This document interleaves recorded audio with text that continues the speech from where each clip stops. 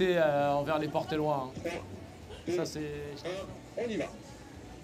Bonjour à tous, vous connaissez maintenant le concept. Amos nous régale et nous offre en exclusivité l'émission MVP.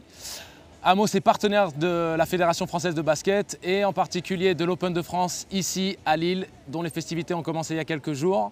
Dans ce 5e épisode, on va maintenant s'attarder un peu plus sur la transition. What's next? Qu'est-ce qui se passe pour un athlète après sa carrière de joueur? Et j'ai la chance d'avoir avec nous un acteur connu et reconnu de la scène lilloise et du Nord. C'est Nicolas Tacoun. Comment vas-tu? Bonjour Angelo, merci, ça va très bien. Moi, mes côtes vont pas bien parce que je me souviens des écrans que je mangeais à l'époque où on jouait contre toi. Le mur, la montagne. Désolé, j'ai toujours essayé d'être propre sur le terrain, mais voilà. Désolé. Tu l'étais, je te rassure, c'est simplement ta musculature qui faisait le reste. En tout cas, ça nous fait plaisir. On sait que tu as pris la décision un petit peu, pas à la surprise générale, mais en voyant comment tu étais encore en forme, comment tu étais aiguisé, on ne s'attendait pas trop à ce que tu raccroches les baskets. Mais tu as pris la décision de transitionner. On sait que les athlètes sont plutôt agiles quand il est question de prendre la balle hors rebond. Et bien là, tu as décidé de rebondir, mais cette fois-ci hors des parquets. Est-ce que tu peux nous expliquer un petit peu ce qui a poussé ton choix? Ce qui a poussé mon choix, c'est une opportunité quelque part. En fait, depuis 4 ans, je me suis associé à la création de 2 établissements. Ce sont des restaurants, bars ludiques. On en a créé un ici à Lille et un deuxième il y a 1 an et demi à Bruxelles. Là, on espère que Tu peux nous expliquer un petit peu le concept du bar ludique? qu'en fait, c'est un restaurant-bar dans lequel on peut manger et boire comme n'importe quel restaurant. Et en plus de ça, on a un concept de sommelier qu'on appelle des sommeliers du jeu. C'est des gens qui viennent à table te proposer, te présenter des jeux et t'expliquer les jeux de société. En fait. Et, tu passes une soirée où tu joues à autant de jeux que tu veux et c'est vraiment un conseil, enfin une aide pour une animation sur ta soirée. Ok, super. Voilà. Et sachant que tu te sentais encore plutôt bien physiquement, en tout cas tu avais l'air pour l'œil extérieur, qu'est-ce qui a déclenché en toi, on va dire, ce choix? C'est-à-dire, j'imagine que c'est un cheminement, c'est pas juste du jour au lendemain. Peut-être que tu y pensais depuis un petit moment. Tu peux partager ça avec nous? Ouais, c'est vrai que depuis le premier confinement, j'avais fait un bilan de compétences et je m'étais posé parce que comme j'avais déjà fait des études auparavant, mais plutôt scientifiques, là j'avais fait un bilan de compétences, j'ai essayé de me projeter un petit peu plus et je me suis dit qu'est-ce qui me botterait vraiment après ma carrière et du coup je suis parti sur une formation plus commercial, plus commerce de management. Je me suis dit que c'était assez transversal aussi par rapport au sport, que ça pouvait être quelque chose qui pouvait être intéressant pour amener aussi les qualités que j'ai acquéries à travers ma carrière. Et j'y ai pris goût et en même temps, en suivant un peu les projets qu'on avait en parallèle sur les 2 établissements, on a d'autres projets qui sont dans les cartons, j'ai envie de dire, et sur lesquels on m'a aussi sollicité pour que je puisse m'y investir maintenant en temps. Et j'ai eu ce sentiment aussi que c'était peut-être un train à prendre pour moi et que le basket, ça peut encore être quelques années devant moi, mais là voilà, j'ai une opportunité d'expérience professionnelle directement à la clé et je me dis que c'est une chance et que c'est peut-être quelque chose à saisir. Et c'est vrai que je sais qu'en tant que joueur, parfois on peut se poser la question ou on se pose forcément la question de qu'est-ce que je vais faire ensuite, forcément, ouais. après. Et ceux qui ne se la posent pas se retrouvent vite en galère. C'est ça. Maintenant, voilà, il y a plein de conseils à donner. Je pense que le basket est un milieu qui ouvre des réseaux aussi. Et c'est l'une des premières choses aussi que je dis souvent aux joueurs, c'est sortez aussi de votre bulle seulement de joueurs. N'hésitez pas à discuter avec les dirigeants, à profiter aussi de cette exposition quelque part. Et voilà, moi je pense que j'ai su le faire et là j'ai une opportunité de prendre une expérience directement et c'est vrai que ça m'enthousiasme, c'est quelque chose qui m'enthousiasme donc du coup j'ai envie de la saisir. C'est super, on est ravis de t'avoir avec nous. D'ailleurs, on va en profiter pour montrer quand même quelques images du beau gaillard qu'on a à notre droite. On peut lancer.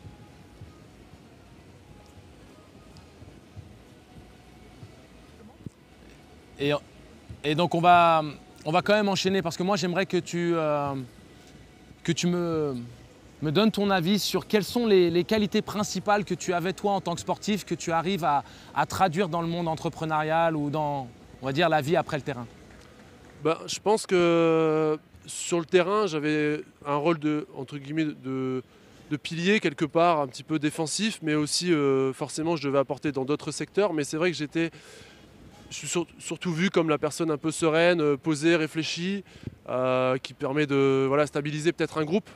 Et ça, je pense que l'aventure entrepreneuriale, c'est aussi partir à l'aventure, mais au-delà des idées, de la fougue et de l'envie, il y a aussi ce côté, il faut faire attention, y trouver un bon cheminement et une certaine stabilité, et c'est de bâtir sur ce qu'on a acquis et de se projeter vers l'avant. Et c'est peut-être des choses qui peuvent se retranscrire avec ma personnalité sur un terrain, peut-être. Oui, tu sais, de mon expérience de vie, j'ai fait mes études aux États-Unis, j'ai passé 6 ans là-bas et j'ai pu voir à quel point l'athlète est valorisé dans l'œil des entrepreneurs, des chefs d'entreprise, des gens dans la vie active, parce qu'ils admirent les qualités qui nous permettent d'être au plus haut niveau de manière continue face à l'adversité. Et d'ailleurs, sur les campus universitaires, les entreprises vont recruter les athlètes. Ils sont très friands des athlètes parce qu'il y a toutes les qualités du monde entrepreneurial, le travail en équipe, être coachable,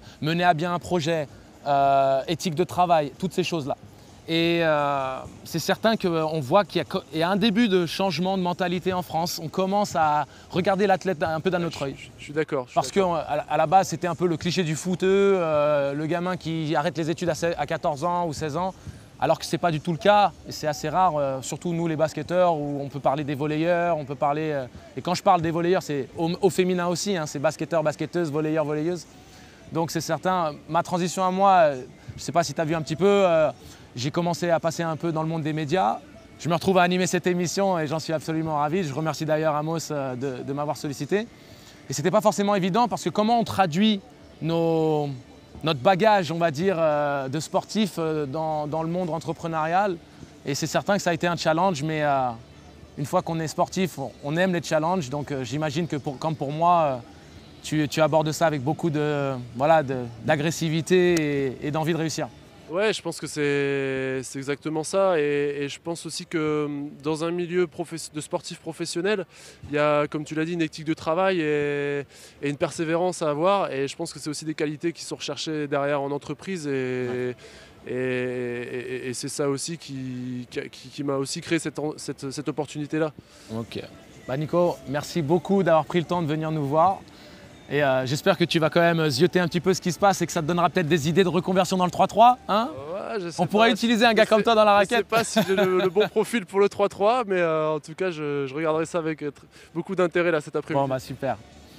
Notre prochaine invitée n'est pas n'importe qui. Elle voulait s'assurer qu'on fasse bien le travail. C'est la directrice de Amos Lille. Bonjour Angelo. Bonjour. Donc nous avons Karine Cannon en notre compagnie. Tout va bien ? Écoute, super, je suis ravie d'être avec vous. 2 grandes stars, 2 grands joueurs. Je connais bien Nicolas pour suivre tout ce qui se passe au LMB depuis plusieurs années maintenant.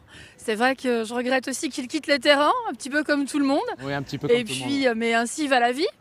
Et merci aussi de tout ce que tu viens de dire sur ce que représente le sportif. Oui. Ce sont vraiment des valeurs que chez Amos on partage. Alors, Amos, c'est une école qui est 100% dédiée au sport business. C'est aussi pour ça qu'on est là aussi aujourd'hui sur le terrain. Le 3-3, c'est innovant. Oui. On pense à Tokyo, là, demain. Ouais. Ce sera la grande première, rendre ce sport olympique. Et on a forcément dans le viseur les Jeux Olympiques de Paris 2024. Et donc, être partenaire de cette Super League, pour nous, c'était vraiment quelque chose d'évident. Suivre, accompagner le basket et en plus de ça, le basket 3-3, la nouveauté, c'était hyper important. On vous sent très impliqué avec Amos déjà dans cet événement. Comment est-ce que vous vous êtes retrouvé partenaire de la fédération pour cette organisation qui est, je vous l'avoue, magnifique, hein. J'ai pu faire quand même pas mal d'Open de France jusqu'à présent. Bon, il y a du vent, mais à La Rochelle, il y en avait aussi. Donc ça fait partie de cette discipline du 3-3 quand on est en extérieur. Racontez-nous un petit peu ce cheminement pour arriver ici à Lille aujourd'hui. Alors le cheminement, il est simple, c'est un coup de téléphone. J'ai un de mes anciens étudiants, pour ne pas le citer, Martin Weber, qui travaille à la Ligue régionale de basket. D'accord.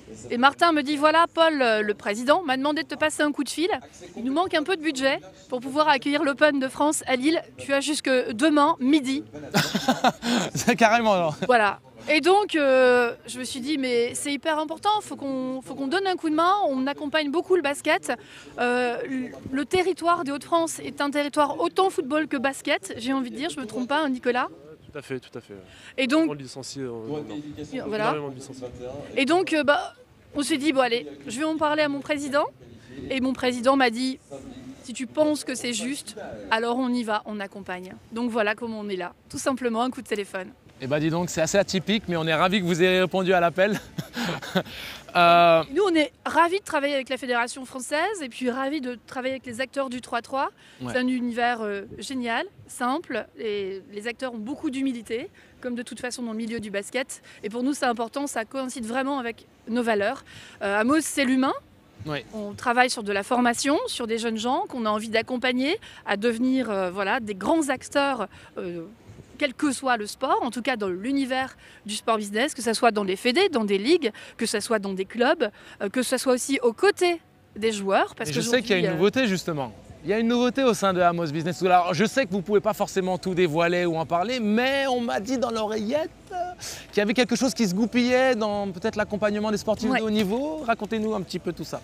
Alors en effet, Amos, avant tout, ça se dédie depuis maintenant 16 ans à l'innovation dans le sport business. C'est une école vraiment qui est arrivée toute fraîche en se disant qu'est-ce que je vais faire? En fait, mon président s'est dit je veux créer l'école que j'aurais rêvé de faire quand j'avais 20 ans.